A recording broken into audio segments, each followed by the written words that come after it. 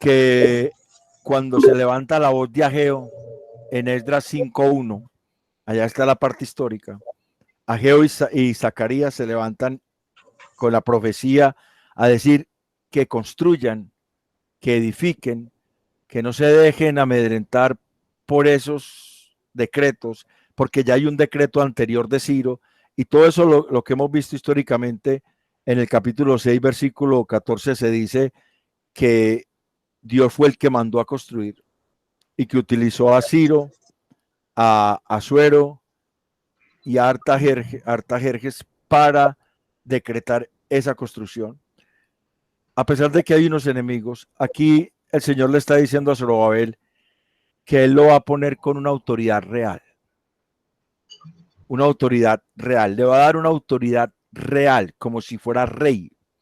Y eso tiene una implicación porque Zorobabel es tipo de Cristo. La palabra Zorobabel significa, es una palabra en hebreo que es Zerubbabel, que es de Sarab, que significa alejarse. Babel, que significa confusión, o Babilonia o imperio babilónico, que viene de un término que es Balal, que significa mezclarse. Entonces, la palabra Zorobabel realmente significa alejarse de la idolatría y de la confusión producida por la idolatría hasta dejar de mezclarse en ella. Y eso es lo que Cristo hace en nosotros, es una de las obras de Cristo en su iglesia. Nos aleja de esa confusión de los ídolos y de los ídolos que nos podemos formar nosotros mismos, hasta que ya nos hace puros y ya no nos mezclamos en esa confusión. Por eso es que Zorobabel ese nombre es muy importante, porque es tipo de Cristo, es tipo del Rey verdadero, que es el que tiene toda la autoridad, pero que esa autoridad nos dio a nosotros también. La iglesia tiene una autoridad que Cristo le dio. Y ahora que desarrollemos el bosquejo, vamos a ir viendo ese asunto. Entonces, ustedes saben que Zorobabel es considerado el renuevo profetizado por Jeremías 23, 5 y 6. ¿Alguien puede leerme Jeremías 23, 5 y 6? Allá se habla de el renuevo.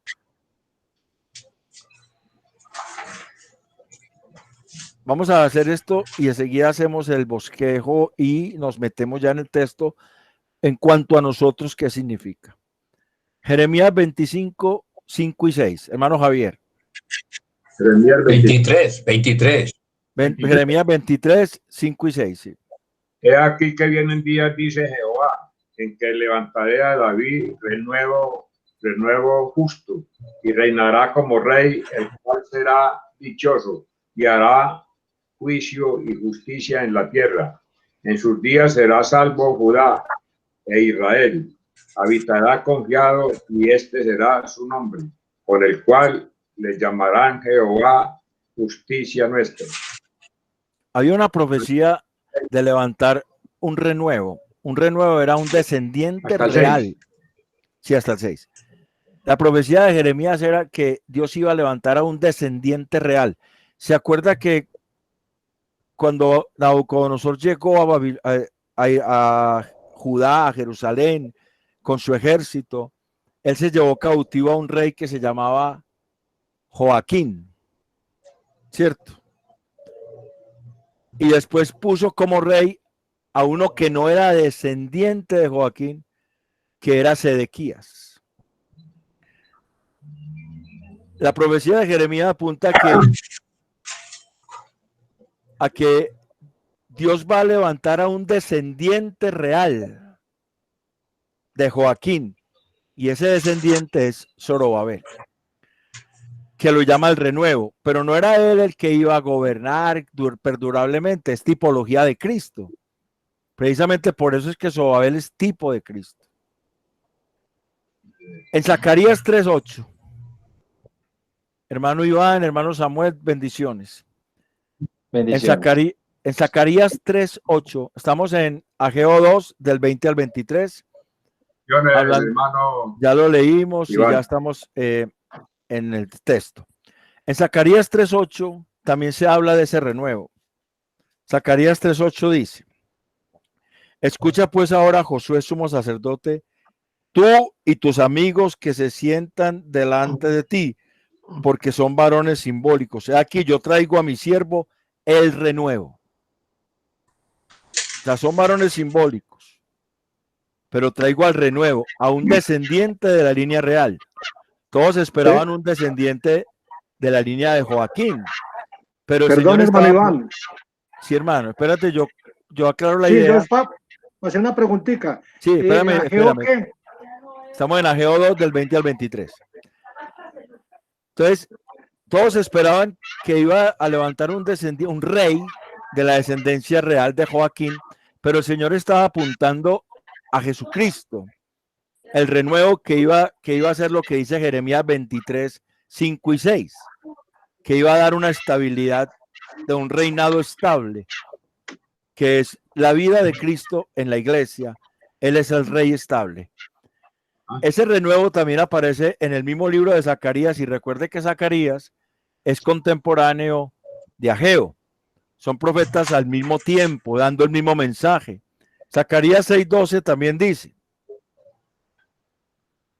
y le hallarás diciendo, así ha hablado Jehová de los ejércitos, diciendo, he aquí, el varón cuyo nombre es el renuevo, el cual brotará de sus raíces y edificará el templo de Jehová.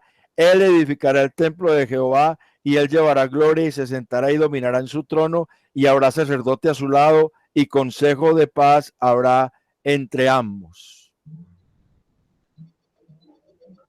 El encargado de dirigir la construcción del templo como gobernador allá en ese momento es Zorobabel. Y este mensaje de Ageo 2 del 20 al 23 es un mensaje de darle a Zorobabel ánimo a través de decirle, yo estoy contigo, porque ya le había dicho que él iba a estar con él en la parte anterior que vimos, pero decirle, no solamente estoy contigo, sino que yo voy a pelear por ti y yo voy a destruir tus enemigos. Y eso es realmente lo que Cristo nos dice a nosotros. Cristo pelea por nosotros, Cristo destruye a nuestros enemigos, ya los destruyó y nos dio una autoridad como está prometida aquí a Zorobabel, porque nosotros tenemos una autoridad en Cristo, que es una autoridad real, porque es en Él y Él es el Rey de Reyes y Señor de Señores. Entonces es importante entender eso para poder tener la aplicación, este texto a nuestras vidas, porque así muy bonito, Dios va a estar con Zorobabel, le va a ayudar, va a destruir las naciones y le va a ayudar a él y lo va a poner por autoridad, por rey estable. Pero todos sabemos que Zorobabel no fue rey estable, o sea, él fue gobernador de Judá. Eso apuntaba al rey estable, eterno, cuyo trono y dominio no tiene fin, que es Jesucristo. Por eso Zorobabel es tipo de Cristo. Él es el que va a construir el templo, realmente el que edifica el templo.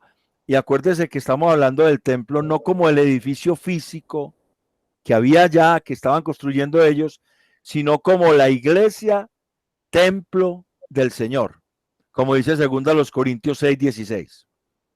Allí dice que Dios ha prometido andar en medio de nosotros y que nosotros seremos su templo. Cristo es el que edifica ese templo. Cristo es el que edifica la iglesia. Entonces, entendiendo esto, le voy a compartir el bosquejo para que entremos a estudiar este texto. El Señor nos ha prometido una victoria, como se la prometió a Zorobabel. A Zorobabel le prometió, mire que le dijo, en el versículo 21 dice, yo haré temblar los cielos y la tierra, o sea, voy a hacer un juicio. Acuérdense que ya hablamos de que cuando se hablaba de terremoto, de temblores, era un símbolo de juicio, como está en el Apocalipsis, y lo vimos la vez pasada. Siempre en el Apocalipsis los juicios van acompañados de terremotos. Yo haré temblar el trono de los reinos, yo haré temblar los cielos y la tierra, y trastornaré el trono de los reinos y destruiré la fuerza de los reinos de las naciones, trastornaré los carros y los que en ellos suben, y vendrán abajo los caballos, sus jinetes, cada cual por la espada de su hermano. O sea, Dios ha prometido de su hermano. Dios ha prometido, le promete a Zorobabel que él mismo va a destruir a todas esas naciones que se oponen a la construcción del templo, igual que el Señor nos ha prometido a nosotros que él va a destruir a nuestros enemigos que se oponen a que nosotros seamos edificados en él. Y cuando habla de que va a trastornar, es que va a destruir, va a hacer desaparecer, los va a raer de la faz de la tierra. Eso se le está prometiendo a Zorobabel, porque esta profecía básicamente del versículo 20 al 23 es para Zorobabel, para el que es el líder de esa reconstrucción como líder civil, como gobernante. Él no podía tener miedo. ¿Usted imagina usted viendo al presidente de la República de Colombia muerto el miedo? El ejército, ¿cómo va a estar? Peor. ¿Cómo va a estar el ejército si ve a su líder muerto el miedo? O acuérdese qué pasó cuando salió Goliat y desafió a todos esos ejércitos de Israel y Saúl y toda esa gente muerta el miedo. Si Saúl, que era el rey, estaba muerto el miedo, pues todos los soldados también. Gloria a Dios que se levantó un jovencito en fe llamado David y pudo derrotar a ese gigante porque Dios estaba con él. Es lo mismo que pasa cuando Cristo nos dice a nosotros que Él va a estar con nosotros y que Él ha triunfado. Él ha triunfado sobre nuestros enemigos. Esa es la seguridad de la victoria que el Señor nos quiere dar. Nuestro Rey nos ha dado una victoria. Ese es el título que le tengo a esta porción. Nuestro Rey nos ha dado una victoria. Y voy a compartirla. Voy a compartir la pantalla para que miremos. Para que miremos el bosquejo. Pongámosle un poquito más de zoom. Ah, se me salió. Se me salió. Ay, ay, ay. Hay veces se sale cuando... Está arisco. Está arisco, sí. Ya no, ya la hermana Yanella está ya está ahí en Lorica. Sí, gloria a Dios, en Cotorra. Sí. ¿Tú sabes dónde queda eso, no, Iván? Sí, señor. Sí, señor. Ah, bueno. Hacen una fiesta de corraleja muy buena. Se le salió el corroncho ahí ya. Hombre. Ok. Nuestro Rey nos promete la victoria. Aquí hay una promesa. Esa promesa ya está cumplida. En Cristo Jesús esa promesa se cumplió. Acuérdese que el Antiguo Testamento es sombra de lo que ha de venir. O sea, la promesa está aquí y el cumplimiento está en Cristo. Por eso es que la Biblia dice que en Cristo todas las promesas de Dios son en el sí y en el amén. Él es el cumplimiento de las promesas de Dios. Entonces, nuestro Rey nos promete la victoria. Primero, ¿cómo nos la promete? Diciendo que Él ejecutará juicio contra nuestros enemigos. Versículos 20 y 21. Vino por segunda vez palabra de Jehová a Ageo a los 24 días del mismo mes diciendo: habla a Zorobabel, gobernador de Judá, diciendo: yo haré temblar los cielos y la tierra. Él estremecerá los cielos y la tierra. Él hará un juicio, pero ese juicio ya comenzó. Cuando estaba la promesa, el juicio no había comenzado, porque es un juicio que involucra los cielos y la tierra. Es un juicio que involucra a las criaturas que habitan los cielos, o sea, los ángeles caídos, y a las criaturas que habitamos la tierra, o sea, los hombres.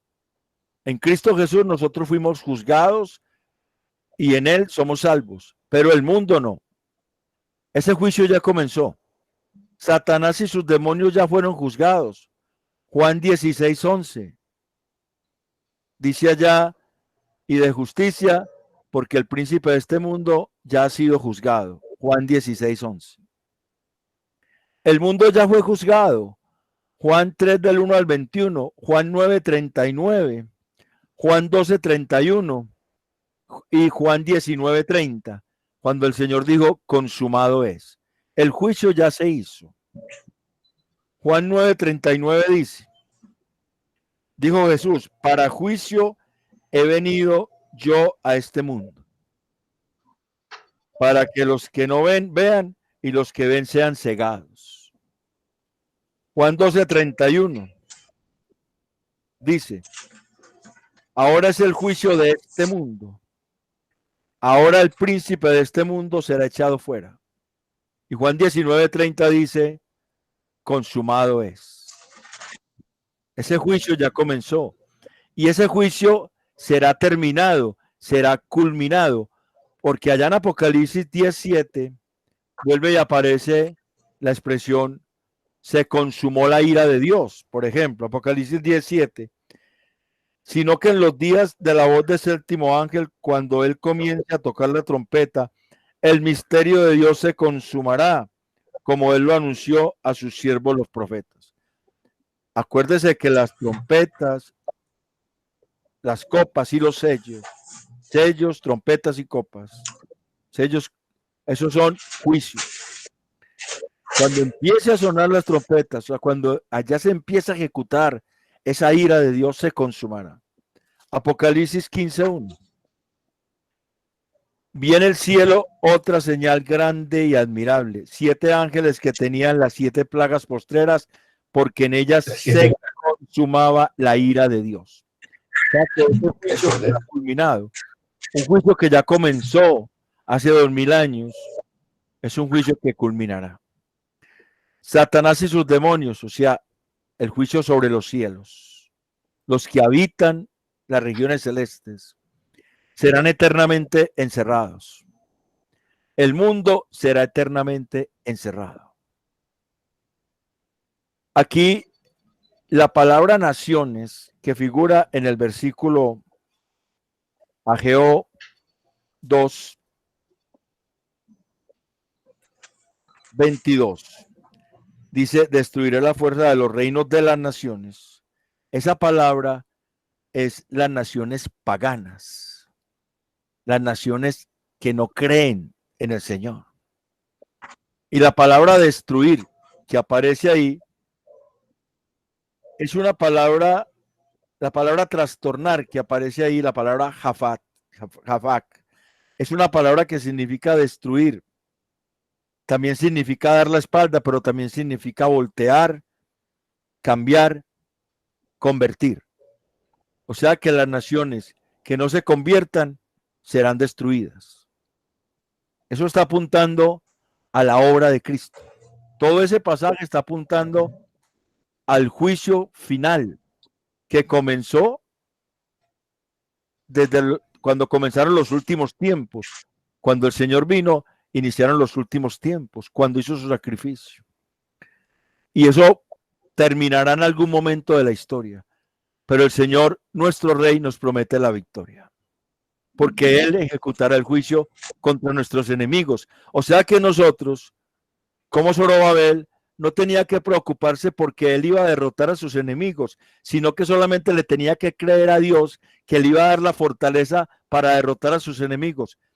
Mire que le dijo que los iba a derrotar haciéndolos confundir, porque eso es lo que dice cuando dice en el versículo 22, y los que en ellos suben vendrán abajo los caballos y sus jinetes, cada cual por la espada de su hermano. Eso tiene unos antecedentes históricos en la Biblia. Ya estamos en el punto 2. Nuestro rey vencerá a nuestros enemigos.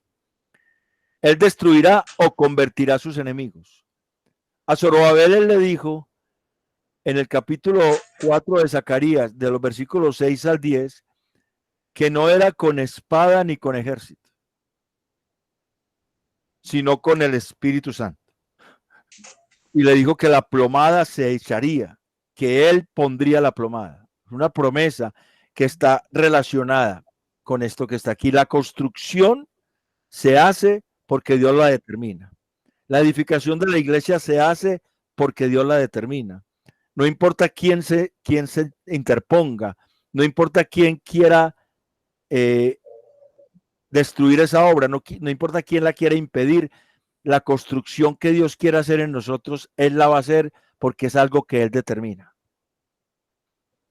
Versículo 22. nuestro rey vencerá a nuestros enemigos y trastornará el trono de los reinos. La palabra trastornar es la que le decía ahora. Él destruirá o convertirá a sus enemigos. Cuando hablamos de naciones allí, hablamos de naciones paganas. La palabra guió es nación pagana, es nación gentil, que es la que figura ahí. Dice, destruiré la fuerza de los reinos de las naciones, trastornaré los carros y los que en ellos suben. Hay un salmo que dice que ellos confían en carros y en jinetes, mas nosotros ¿en quién? En el nombre de Jehová haremos memoria. A ver los de la alabanza que deben saber salmos. Las naciones confían ¿en qué? En jinetes, en caballos, en ejércitos. La seguridad de ellos son sus ejércitos, pero la seguridad de nosotros es el Señor. El Señor ha dicho, aquí lo que está diciendo es que Él debilitará, Él destruirá todo lo que en lo que ellos confían. Los abatirá y los confundirá, de tal manera que pelearán entre sí. O sea, Dios va a ejecutar una victoria en que Él mismo se va a hacer cargo de nuestros enemigos. Ya se hizo cargo de ellos, porque en Colosenses 2:16 dice, 2:15 dice que exhibiendo a los principados y a las potestades, triunfando, exponiendo a los principados y a las potestades, los despojó, despojando a los principados y a las potestades, los exhibió públicamente, triunfando sobre ellos en la cruz. Él destruyó nuestros enemigos. A nosotros nos dio una victoria que nosotros todavía no dimensionamos y que es bueno que vamos dimensionando la victoria que tenemos. La victoria que tenemos no es que tenemos que tener plata, no es que tenemos que tener posesiones, no es que tenemos que tener salud todos los días. La victoria que tenemos es que tenemos autoridad sobre los que antes nos dominaban. Esos demonios que antes nos manejaban a su antojo han sido sometidos bajo nuestros pies en Cristo Jesús. Amén. Esa es una victoria que está plasmada en Efesios 2:6. En Efesios 2:6 dice que Dios nos resucitó juntamente con Cristo y con Cristo nos hizo sentar en los lugares celestiales. Y esa palabra lugares celestiales significa por encima de todos los cielos. La iglesia está triunfante con Cristo por encima de todos los cielos. En Cristo la iglesia tiene la autoridad que solamente Cristo le da. Y con esa autoridad la iglesia va segura. La seguridad de las naciones, la seguridad del mundo son las pertenencias, son la fuerza que tenga. En ese tiempo eran los ejércitos, en ese tiempo eran los números de soldados y de caballos que tuvieran. Hoy en día son el número de propiedades que tenga, la cuenta bancaria que tenga, el trabajo que tenga, los obreros que tenga, etcétera. O dirá algún pastor, la iglesia que tenga, el número que tenga, pero la seguridad, esas seguridades son vanas. La seguridad que no es vana, la seguridad que permanece es el Señor, porque Él venció. Y aquí está la promesa de vencer a los enemigos. Aquí está en el versículo 22 de Ageo 2. Mire que hay un antecedente histórico. ¿Quién me puede leer Jueces 27 del 22 al 23? ¿Qué pasó allá? Esa es la historia de Gedeón. ¿Qué pasó con Gedeón? O Jerobal, que así se le llama también. ¿Qué pasó con él? Jueces 7, 22 y 23. ¿Qué pasó con el ejército de él? Yo le leo ahí en Jueces. ¿Dónde queda Jueces? Jueces queda después de terminado Josué. Josué. 7, 22 y 23. Sí. Y los 300 tocaban las trompetas Y Jehová puso la espada de cada uno contra su compañero en todo el campamento, y el ejército huyó hasta Bethsita en dirección a Serera, y hasta la frontera de Abel Meola en Tabat. Y juntándose los de Israel, de Neftalí, de Aser y de todo Manasés, siguieron a los madianitas. O sea que esos 300 hombres que iban a pelear contra todo ese ejército tan grande, tuvieron la victoria porque Dios confundió a ese ejército. Así es. Porque Dios hizo que se confundieran y se asustaran y salieran como locos. Y entonces Gedeón dio la orden porque Dios le había dado a Gedeón cuando daba la orden, y los derrotaron. En el primer libro de Samuel 14:20 se nos narra que Jonatán fue y escogió a unos cuantos y con ellos subió, y Dios confundió a los enemigos y tuvo la victoria, Jonatán, el hijo de Saúl. Porque la victoria es de Dios. Eso es lo que está planteándole Ageo a Zorobabel, que no tenga miedo porque la victoria es de Dios, porque Dios ha determinado esa construcción. Igual nos está diciendo, ustedes no tienen por qué temer, porque yo, el que empecé la buena obra en ustedes, la perfeccionaré. Eso dice la Escritura. Dios va a edificar en nosotros. ¿Qué pasa en segundo libro de Reyes 19, del 35 al 37? Ahí hay unos ejemplos de cómo la victoria Dios la dio a través de confundir a los enemigos, de hacer que ellos mismos se mataran entre sí. Segundo libro de Reyes 19, del 35 al 37. Alguien que me busque y me lea.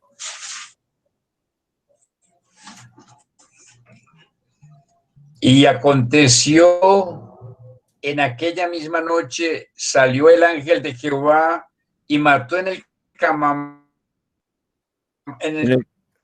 campamento de los asirios a 185,000.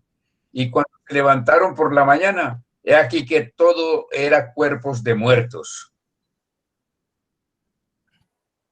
Hasta 37 dice, entonces Sennacherib, rey de Asiria, se fue y volvió a Nínive, donde se quedó. Y aconteció que mientras él adoraba en el templo de Nisroch, su dios, Adramelech y Seracer, sus hijos lo hirieron a espada y huyeron a la tierra de Ararat, y reinó en su lugar a Sarjadón, su hijo. O sea que aquí es, Dios mismo interviene para matar todo ese ejército que estaba sitiando a Jerusalén.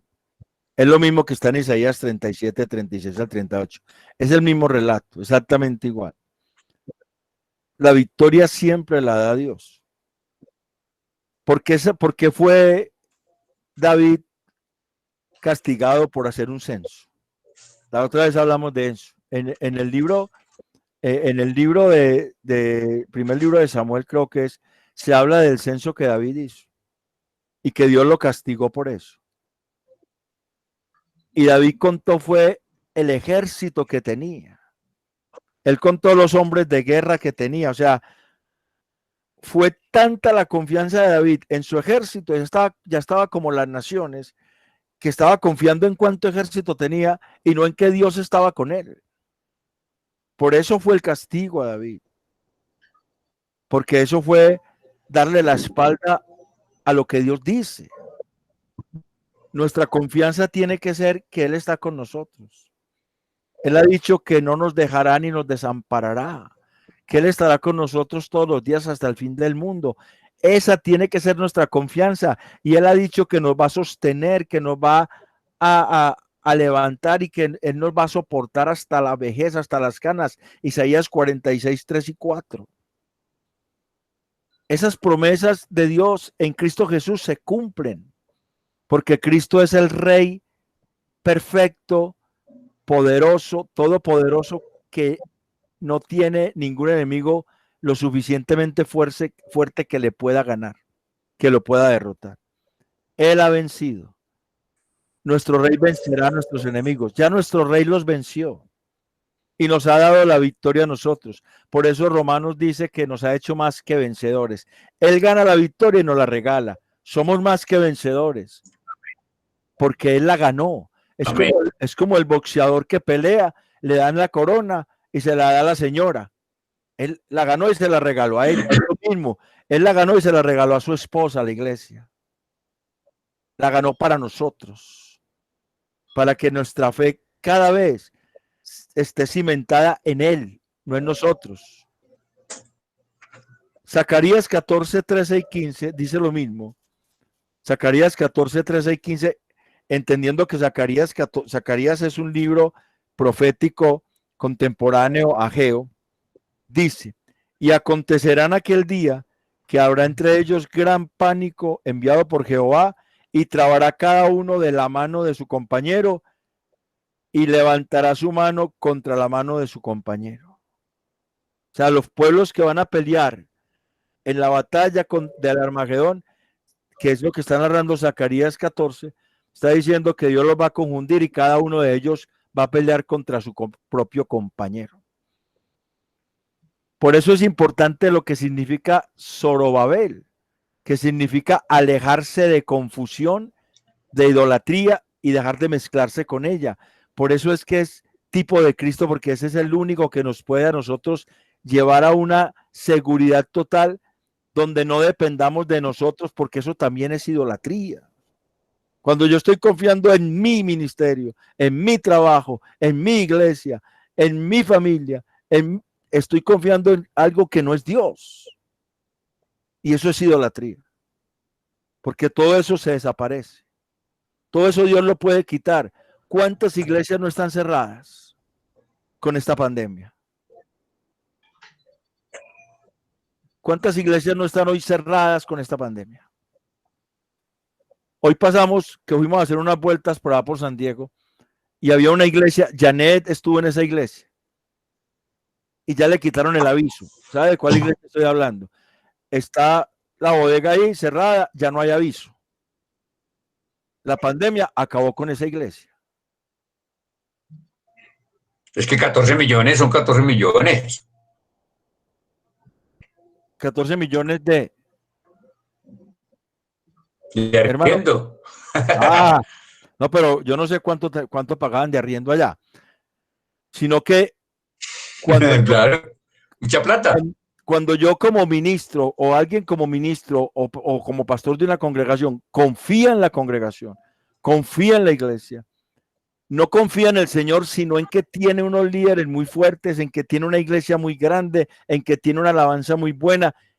Cuando confía en eso, él no está poniendo la mirada en Cristo, sino en cosas materiales, físicas, que el Señor en cualquier momento puede destruir. Pasó con la pandemia. Muchas iglesias están cerradas. Pasó con la pandemia. Nuestra vida no tiene que estar puesta la confianza en lo que nosotros tenemos, hacemos o somos, sino en Cristo. ¿Quién es Él? ¿Qué hace Él? ¿Qué ha hecho por nosotros? ¿Qué ha prometido Él para nosotros? Él ha prometido darnos la victoria. Ya nos la dio. Ya nos la dio. Él la ganó en la cruz del Calvario para nosotros. Venció a la muerte cuando resucitó. Y por eso el apóstol Pablo, en la primera carta a los Corintios, capítulo 15, versículo 54, dice: ¿dónde está muerte tu aguijón? ¿Dónde sepulcro? ¿Dónde está la muerte? ¿Dónde sepulcro tu victoria? Si el aguijón de la muerte es el pecado y el poder del pecado es la ley. Porque Cristo y el también, poder del pecado de la muerte. la ley. La ley le dio al pecado el poder para matar al hombre. Lo mismo dice Romanos 7. Romanos 7 dice eso. Y el pecado, el pecado tomando ocasión por el mandamiento, entró y me mató. Dice Romanos 7. Y Cristo también nos dio la victoria sobre la condenación que la ley traía sobre todos los seres humanos. Porque en Deuteronomio 26, 27 dice: maldito todo aquel que no hiciera las palabras de esta ley. Y todo el pueblo dijo amén, y todo el pueblo quedó maldito. Y lo mismo dice Jeremías 11, 3 y 4, que maldito todo aquel que no cumpliera el pacto de la ley.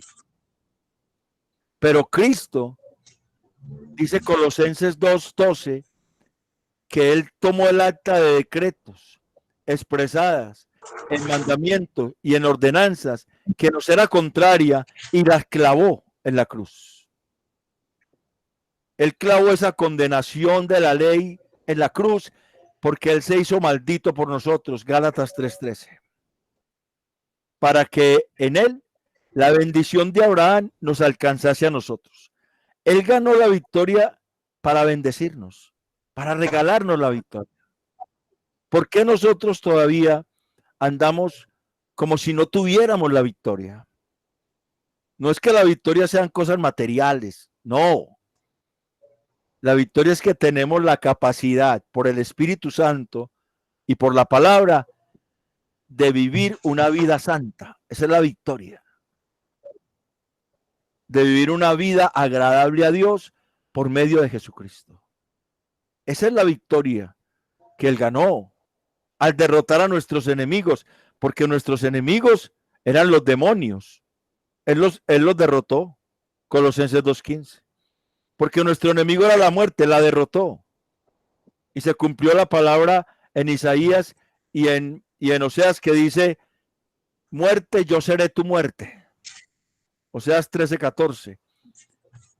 Isaías 25 dice algo parecido y Pablo lo que dice en 1 Corintios 15:54 es eso, que el postrer enemigo que será derrotado será la muerte, porque nosotros fuimos resucitados en Cristo, vivimos vidas nuevas, pero resucitaremos después también en la eternidad y en él estaremos toda la eternidad con él y allí disfrutaremos esa victoria, pero él quiere que la disfrutemos aquí, que la empecemos a disfrutar aquí. Para eso es necesario creer. Por eso Ageo le está diciendo a Zorobabel que lo va a poner como anillo de sellar, que le va a dar una autoridad real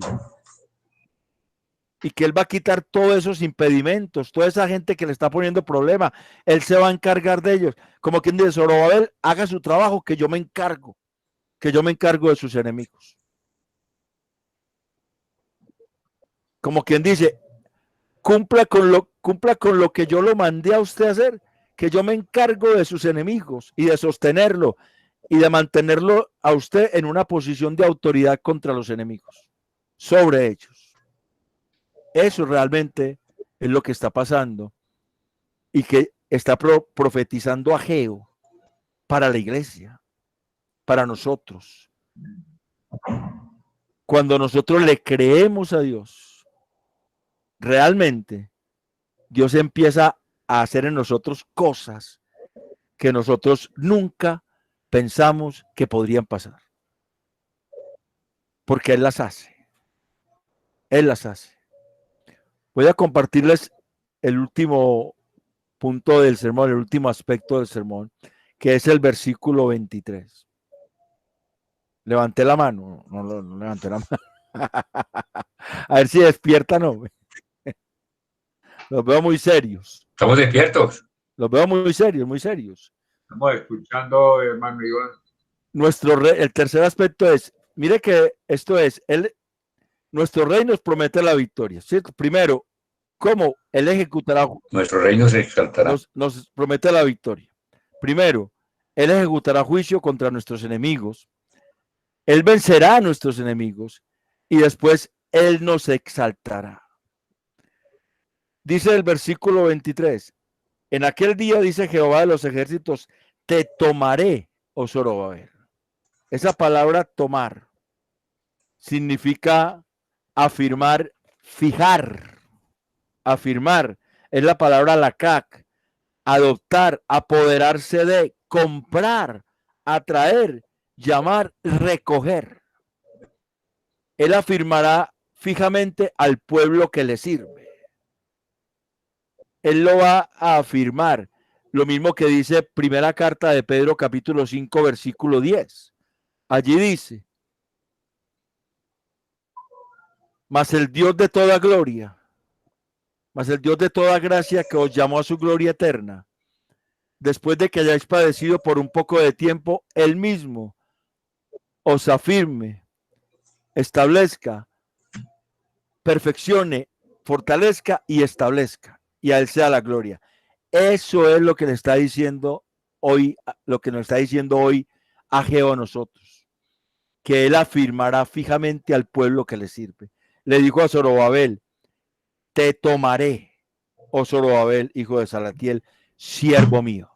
Te tomaré, te afirmaré, te pararé firme, te atraeré a mí, te compraré. ¿Acaso no nos compró Cristo por precio de sangre? ¿Acaso no compró Él nuestra vida con su sangre? Nos establecerá en Él, fijamente nos afirmará, nos se apoderará de nosotros. Dice, y te pondré como anillo de sellar. Ese poner es atesorar, convertir, establecer, fijar, apoderarse. Se apoderará y nos ataviará de su autoridad real. Apocalipsis 24 al 6, 21, 1 y 2. Pero ya nuestro Señor Jesucristo nos dio esa autoridad, Efesios 2, 6. Y él mismo la confirmará en el juicio final. ¿Qué dice la primera carta a los Corintios 4, 5?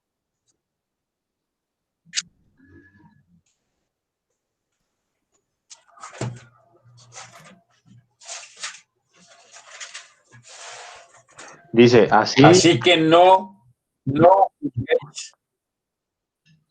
Así que no juzguéis nada antes de tiempo, hasta que venga el Señor, el cual aclarará también lo oculto de las tinieblas y manifestará las intenciones de los corazones, y entonces cada uno recibirá su alabanza de Dios.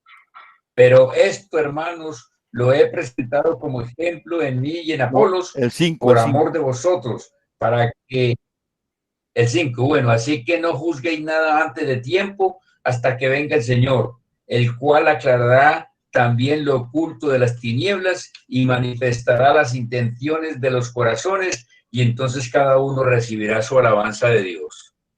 Esa autoridad él la va a confirmar en el juicio final. Allí dice, no juzguéis nada antes de tiempo. Y en el capítulo 6, versículo 2 y 3 dice, ¿o no sabéis que los santos han de juzgar al mundo? Y si el mundo ha de ser juzgado por vosotros, ¿sois indignos de juzgar cosas muy pequeñas? ¿O no sabéis que hemos de juzgar a los ángeles? ¿Cuántos más las cosas de esta vida? Una autoridad para juzgar nos va a dar el Señor. Ya nos la dio, pero la va a confirmar en el juicio. Y en Apocalipsis 2, 26 y 27, allá dice que al que venciere, él le dará que rija las naciones con vara de hierro. O sea, que maneje una autoridad que las someta bajo la autoridad de Cristo. Apocalipsis 2, 26 y 27 dice, al que venciere y guardare mis obras hasta el fin, yo le daré autoridad sobre las naciones y las regirá con vara de hierro y serán quebradas como vaso de alfarero, como yo también la he recibido de mi Padre. Esa autoridad que ya nos dio la va a confirmar en el juicio final. ¿Por qué? A Zorobabel le dijo, porque yo te escogí. Y esa palabra escoger es tratar, la palabra bajar, que es tratar, seleccionar, calificar, entresacar. O sea, él nos sacó de entre el mundo. Él nos entresacó. Decidió, nos aceptó, nos eligió.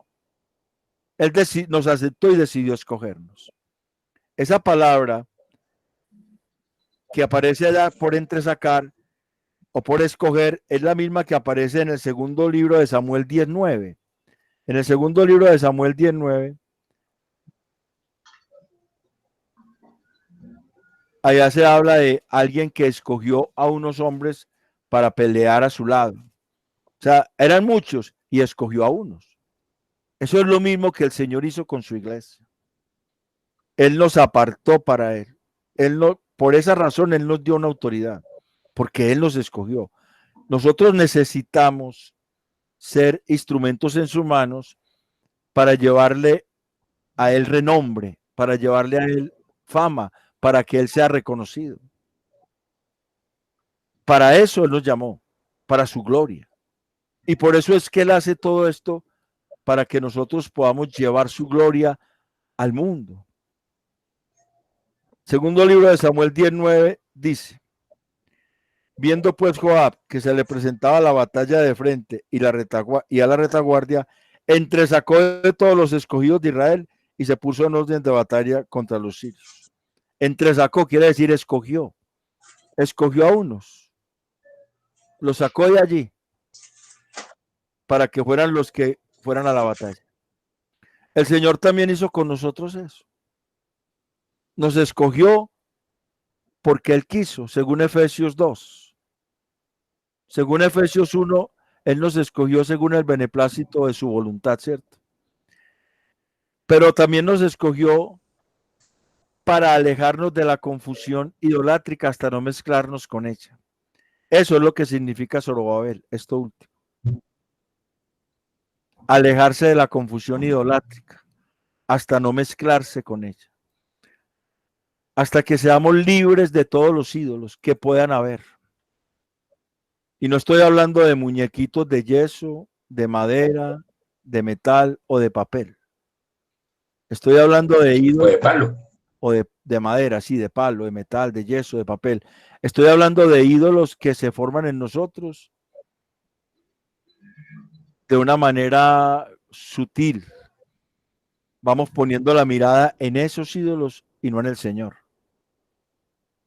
Y la palabra Zorobabel significa precisamente eso, alejarse de la confusión de la idolatría hasta no mezclarse en ella. Eso lo hace Jesús. Cristo hace eso, porque Él nos dio la victoria. Y esa victoria significa que nosotros vamos a depender es de Él. Podemos confiar en Él absolutamente, porque Él es fiel. Entonces, esta profecía que hay aquí es a Zorobabel como líder, como el encargado de dirigir ese pueblo en la construcción de ese templo allá, para que tuviera la certeza de que Dios lo respaldaba. Para nosotros como iglesia, encargados de construir las vidas en Cristo, encargados de llevar el mensaje de salvación, debemos tener también la certeza de que Dios nos respalda, de que Él se encarga de nuestros enemigos, de las circunstancias adversas, Él se encarga. Él nos ha dado una tarea, ¿En serio? Él nos ha dado una labor, ¿En Él serio? nos ha dado una misión. Y nos está diciendo, hagan la misión que yo me encargo de cuidarlos a ustedes. Eso es realmente lo que tenemos hoy. Son 3 versículos, son 4 versículos, pero son 4 versículos que tienen que confrontar nuestras vidas. Que tienen que confrontar nuestras vidas. Porque uno puede fácilmente desviar la mirada del Señor. Es tan fácil desviar la mirada del Señor.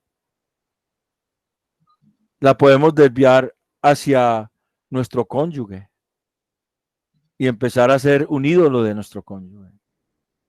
O hacia nuestros hijos. O hacia nuestros hermanos. O hacia nuestros amigos. O hacia alguien, un personaje muy prominente. O un predicador muy excelente y empezar como a seguirlo sin cuestionar. Al único que se sigue sin cuestionar es a Dios. Al único que nosotros tenemos que seguir sin cuestionar es a Dios. Su palabra es verdad. Y su palabra es la que nos guía a Dios, a estar en una relación con Él por el Espíritu Santo. Nuestra vida tiene que estar centrada en Cristo. A Él es el que merece toda nuestra fidelidad, todo nuestro apego, toda nuestra adoración, toda nuestra alabanza, toda nuestra admiración. porque Él venció y nos dio la victoria. Es que cuando nosotros dimensionemos la victoria de Cristo, lo que implica para nosotros, le vamos a amar más. En la medida en que le dimensionemos lo que Él hizo por nosotros, le vamos a amar más. Y al amarnos más a Él, nos alejamos más del mundo y de toda la idolatría que ese mundo puede tener. Este es el libro de Ageo para nosotros hoy. Un libro de 2 hojas que nos demoramos 5 semanas estudiando.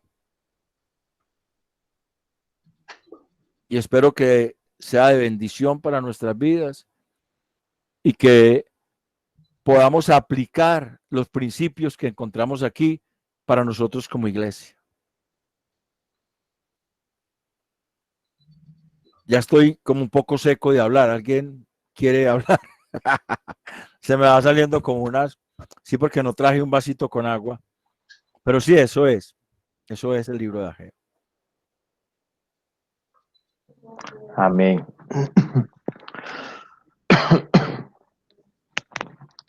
Amén, hermano, gloria a Dios. Hay algo, por lo menos para culminar el libro de Ageo, lo que usted me estaba diciendo ahorita sobre Zorobabel, que es como, es un tipo de uno alejarse de la idolatría. No, es precisamente el alejarse de la idolatría y no mezclarse en ella. No mezclarse. Eso significa el nombre Zorobabel, etimológicamente. Zorobabel. Esto lo dije Sí, al principio, hermano. Pero es que tú entraste un poquito tarde. Gracias. Ya. Ahorita pues yo le envío los términos y ahí está explicado eso. Pero le voy a decir, la palabra Zorobabel en hebreo es Zerubabel. Zerubabel. Y esa palabra está compuesta de Sarab, que significa alejarse, y Babel, que significa confusión, o idolatría, o Babilonia, o imperio idolátrico. Y la palabra Babel viene de una raíz que es Balal, que significa mezclarse. Entonces, lo que el nombre Zorobabel implica es alejarse de todo el imperio y la influencia de la idolatría hasta no mezclarse con eso, hasta llegar a estar puro de eso, que es la obra de Cristo. Él nos tiene que ir alejando de formarnos ídolos. Es que, por ejemplo, ahora viendo a Colombia en ese 6-1, todos los que hacían de Colombia un ídolo, ¿cómo quedaron? Se les cayó el ídolo, se les cayó el jamecito, se les cayó el cuadradito, ya, un ídolo se deshace fácilmente, pero el Dios vivo permanece para siempre, hermano. Necesitamos desconfiar en Él. Sí, amén. Es algo... bueno. Y uno se forma muy fácil un ídolo, no se da cuenta. Entonces tenemos que tener mucho cuidado con eso, porque un ídolo no más, como decía usted ahora, no es un santo ni de yeso, ni de palo, ni de madera, sino que hay muchas clases de ídolos que se puede formar uno y no se da cuenta. Entonces tenemos que pedirle al Señor que nos dé inteligencia y sabiduría. A mí me parece... A mezclarse uno con los ídolos. A mí me parece que para mí el peor ídolo o el que la iglesia debe temer, y lo veo en las escrituras, ahorita inclusive lo podíamos tomar, y es cuando la iglesia se forma esa imagen de Dios, de un Dios que no existe. O sea, claro, cuando uno como iglesia, y yo sé que no somos simplemente nosotros, muchos predicadores muy populares están haciendo hincapié en eso, en que la iglesia, muchas iglesias están formando un Dios que no está en las escrituras, no están conociendo al Dios de la Biblia.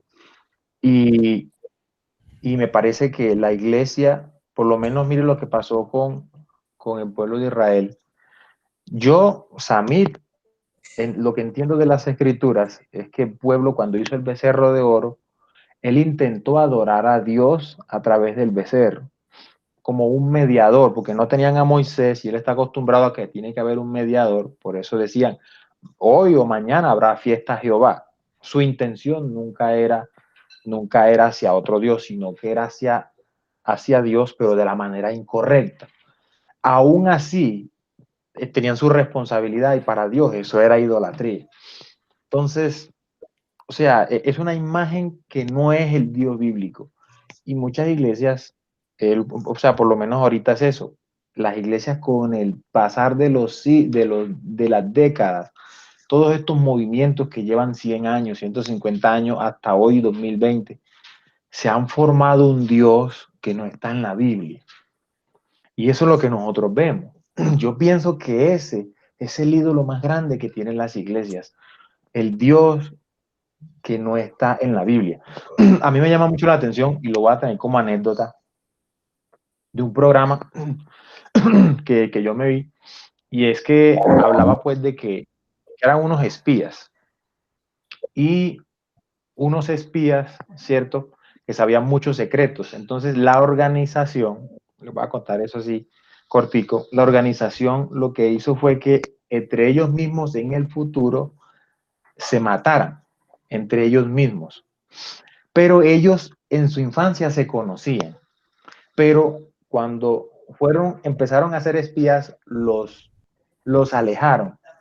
Entonces, cada uno quería saber cómo iba el otro creciendo, entonces la organización le mandaba fotos.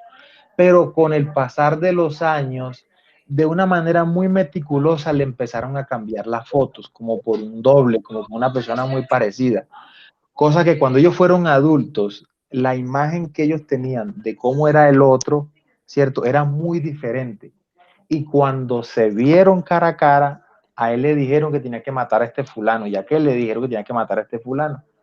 Y cuando se vieron a la cara, no se reconocían y se mataron. ¿Pero por qué? Porque la imagen que ellos tenían de otra persona, de su amigo, desde la infancia, era otro. Y eso a mí me Sí. llama mucho la atención porque así muchas personas, yo pienso que muchas personas van a llegar al trono de la gracia el día del juicio, un Dios que no conocen, un Dios, y el mismo Dios, eso es bíblico, les va a decir, yo no te conozco. Pero ¿cómo así si yo? No, eso es bíblico. Entonces, para mí, ese es el ídolo más grande que hay en las iglesias. Y el libro de Ageo con Zorobabel, mire, lo manda a uno a tener ese cuidado, a estar pendiente de que no nos formemos un ídolo. Y como lo decimos nosotros ahorita no estamos con miedo de un yeso, de un palo, no. Tenemos un miedo de un ídolo que se nos puede formar aquí, de un Dios que no existe. Y La eso, semana, de verdad. ¿Cómo? la semana pasada hablamos de que Dios ponía las condiciones para el servicio. O sea, Dios es el que pone las condiciones. Dios se dio a conocer. La terquiversación de la escritura es la que plantea otros dioses, ¿cierto? Como el Dios de la prosperidad, los que siguen esa línea, como el Dios de que usted nunca puede enfermar, que ese Dios es como un médico que a toda hora está ahí, no deja enfermar a nadie, O que o el el Dios, pastor para bendecir primero tiene que ser bendecido. sí, o que el Dios que siempre que tienes un problema, Él te va a solucionar ese problema ahí mismo. Ese no es un Dios bíblico, pero a mí me preocupa otro ídolo que puede haber más entre las iglesias de la palabra, y es el mismo estudio teológico. El mismo estudio teológico se puede convertir en un ídolo, porque usted empieza a confiar en que usted estudia mucho, lee muchos libros, lee muchas cosas, y se olvida de Dios, y empieza a confiar en eso. Y me acordé en este momento de uno de esos devocionales de Paul David Tripp, que él habla en uno de ellos de cuando él iba al seminario, que él empezó muy contento aprendiendo mucha teología, pero que su vida no cambiaba, y su esposa le hizo ver eso a él, y él después pudo entender que la teología no consistía en conocimiento, sino en santidad.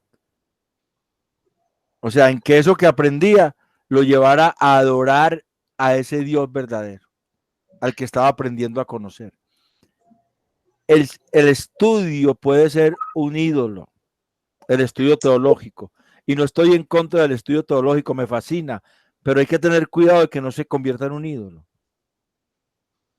Que no se convierta en que mi vida va a girar alrededor del estudio teológico y no alrededor de Cristo. Puede desplazar a Cristo de la vida del creyente, de la vida del ministro, de la vida de cada uno de nosotros, porque es satisfactorio. Sí, estoy aprendiendo, chévere, ay, tan bueno que es esta, sí, pero bueno, y eso que estoy aprendiendo, ¿cómo me ayuda a adorar a Cristo? ¿Cómo me ayuda a adorar a Cristo? Ahí está el asunto. O me está ayudando a desplazar a Cristo. Y ahí es donde tengo que confrontarme cada día. Por eso, cuando hablábamos del reiteradamente, la porción pasada era que meditáramos en nuestro corazón, versículo 18 del capítulo 2, que dice 2 veces, o sea, que nosotros debemos estar revisándonos reiteradamente. ¿Cómo está nuestra vida con el Señor cada día? No solamente una vez cada mes, sino cada día, cada instante. Meditando en nuestro corazón, ¿cómo estamos nosotros ante ese Dios santo que nos llamó a servirlo? Es que nosotros nos llamó a servirlo, fue el Dios santo. Servir a sus propósitos. No nos llamó a servirnos a nosotros mismos. Y eso también puede ser un ídolo. Reemplazar el propósito de Dios por los propósitos míos. Eso puede ser un ídolo también. O sea que son muy sutiles y los ídolos se pueden ir formando. Por eso necesitamos nosotros entender que es en Él, que nuestra vida es en Él. Y para que nuestra vida sea en Él, nosotros no podemos dejar la intimidad con Él. El acercarnos en intimidad a Él cada momento, cada día, cada instante, y poner delante de Él nuestros pensamientos. Todas esas cosas que se cruzan por nuestra mente, tenemos que ponerlas delante de Él, porque Él ha prometido dirigirnos, Él ha prometido guiarnos. Por eso cantamos, el Señor es mi pastor, nada me faltará, ¿cierto? Cantamos, en pastos delicados me hará descansar, junto a aguas de reposo me pastoreará, confortará mi alma, me guiará. Cantamos eso, pero estamos yendo a que nos guíe el Señor. Estamos yendo a que verdaderamente sea su guianza sobre nosotros. Hermano, hay veces que lo cantamos, pero no nos damos cuenta que estamos cantando. Y la mente no metemos en la mente, sino que lo cantamos ya. Nosotros en la Iglesia Bautista Prado Centro no tenemos tanta dificultad con unas cosas como muchos hermanos en otras iglesias, pero también las tenemos, porque nosotros los cristianos evangélicos somos muy buenos para recitar versículos. Pero ¿qué tal si nos pregunta alguien, bueno, ¿y eso qué quiere decir? ¿Qué le decimos? Si estamos diciendo, no, es que usted tiene que tener más amor. Y si nos pregunta la persona, bueno, ¿y qué quiere decir que tengo que tener más amor? ¿Qué le decimos?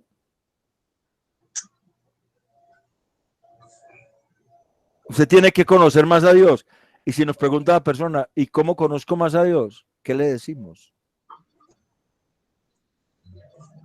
A nosotros no nos han enseñado a razonar en la palabra de Dios, a argumentar, a meternos en ella para poder explicar lo que Dios dice, sino que nos han enseñado a repetir cosas y como loritos repetimos,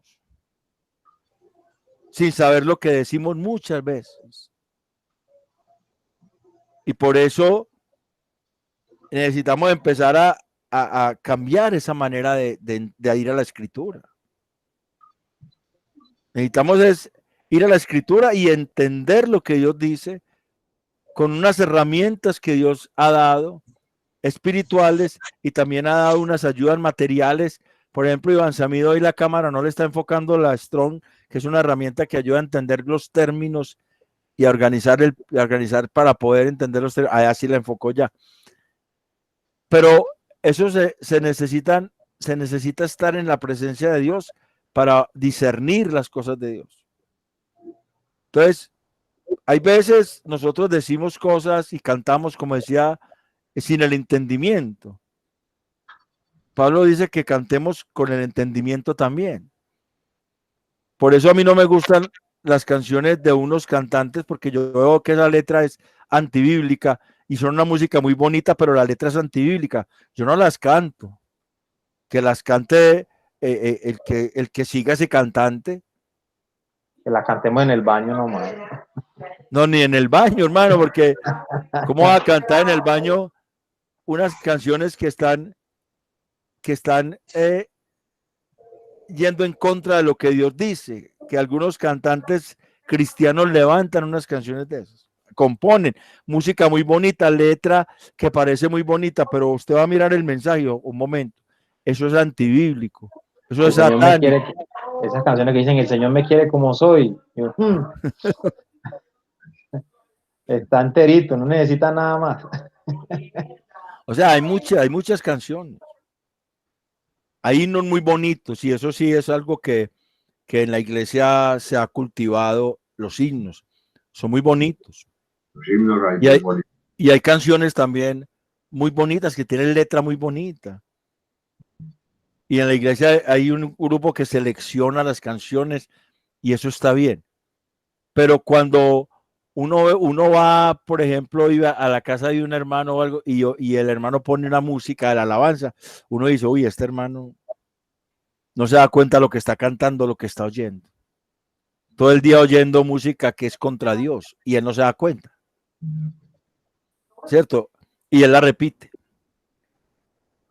Y eso tenemos que también tener discernimiento. Nosotros tenemos que tener discernimiento. Entonces, este es el texto de Ageo, hermano.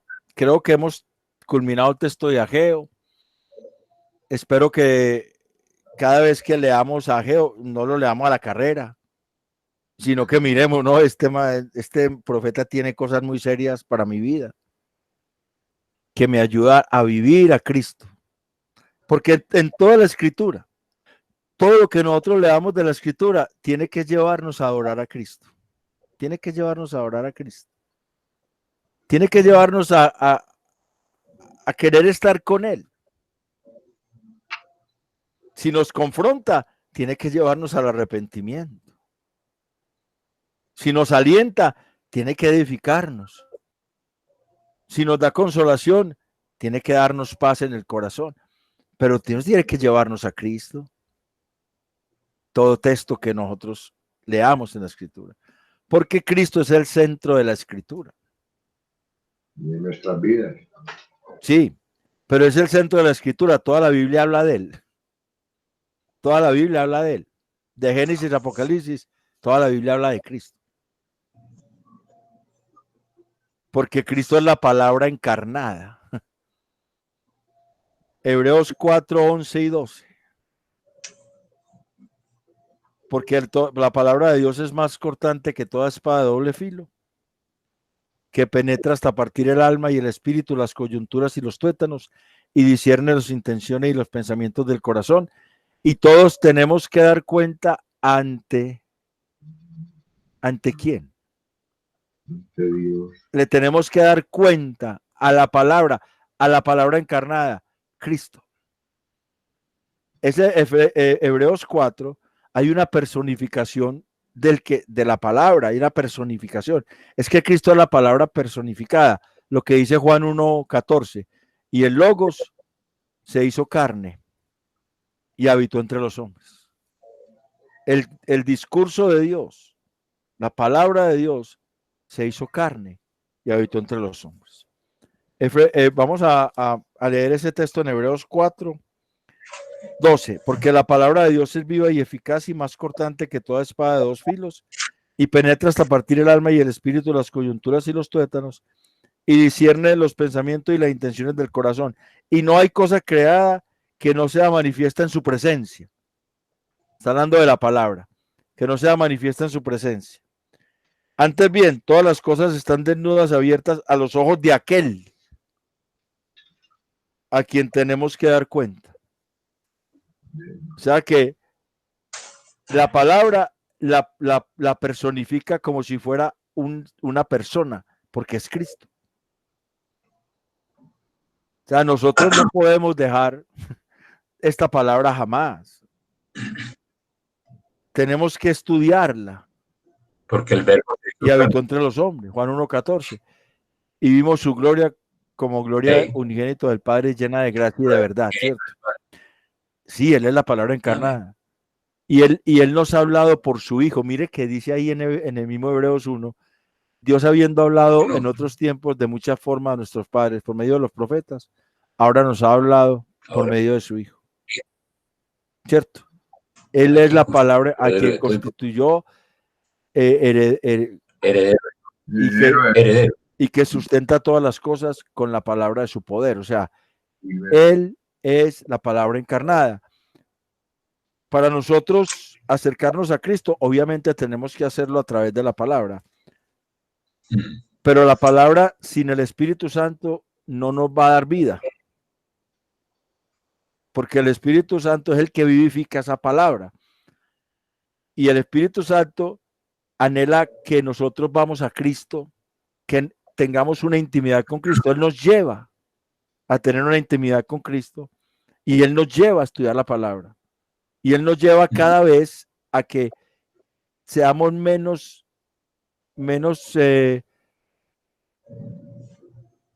capaces de desviarnos, que cada vez podamos estar más y más seguros y nos va alejando de la confusión de la idolatría hasta que lleguemos a no mezclarnos con ella, que ya no tengamos, como es el nombre, eso es lo que significa Zorobabel, ese es el nombre, sus pensamientos de los humanos, con los pensamientos idolátricos que quitan el lugar de Cristo en la vida. O sea, no llevarlos, ni siquiera considerarlos, llevarlos siempre cautivos a la obediencia a Cristo, porque el viejo hombre va a querer salirse, va a querer mandar, él no se va a quedar quietecito, él va a querer rebelarse, pero el Espíritu Santo está ahí señoreando a Cristo en el corazón. Y esa es la autoridad que nosotros tenemos, una autoridad espiritual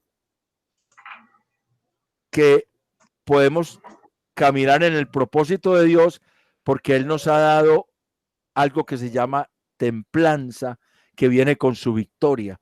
Todo ese fruto del Espíritu Santo, todos esos atributos comunicables de Dios al hombre, hacen parte de los regalos de Dios en la victoria que Cristo logró por nosotros en la cruz. Amén. Para que vivamos para Cristo. Amén. Amén. Entonces, espero que podamos encontrarnos. Hoy estaba hablando con el hermano Javier, extra cámara. Estaba hablando con el hermano Javier, extra cámara. En comercial. Y entonces le decía, vamos a empezar una serie que habíamos quedado de estudiar las 5 doctrinas de Calvino, ¿cierto? Habíamos quedado que cuando terminábamos el libro de Ageo, nos metíamos a estudiar las 5 doctrinas de Calvino, que son la gracia irresistible, la depravación total, la expiación limitada, la perseverancia de los santos y, no, son 5. Falta una. ¿Cuál es la otra? La elección soberana. La elección soberana, la gracia irresistible, la elección incondicional. Sí, la elección incondicional, la gracia irresistible, la expiación limitada, la perseverancia de los santos y la depravación total del hombre. Son 5. Amén. Muy bueno también tocar la contraparte de esas doctrinas, digamos que por lo menos el arminianismo, que también sacó las 5 y digamos que también los pensadores calvinistas sacaron estas como para contradecir las otras o por lo menos plantear la tesis.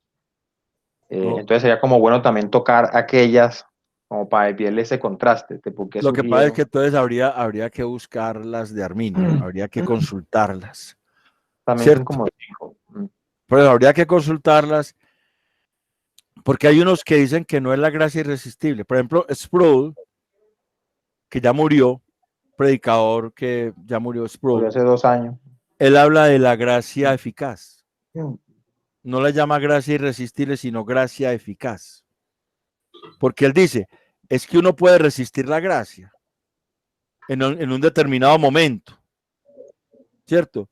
Pero esa resistencia, con la perseverancia de Dios, esa resistencia va menguando hasta que llega a aceptar esa gracia.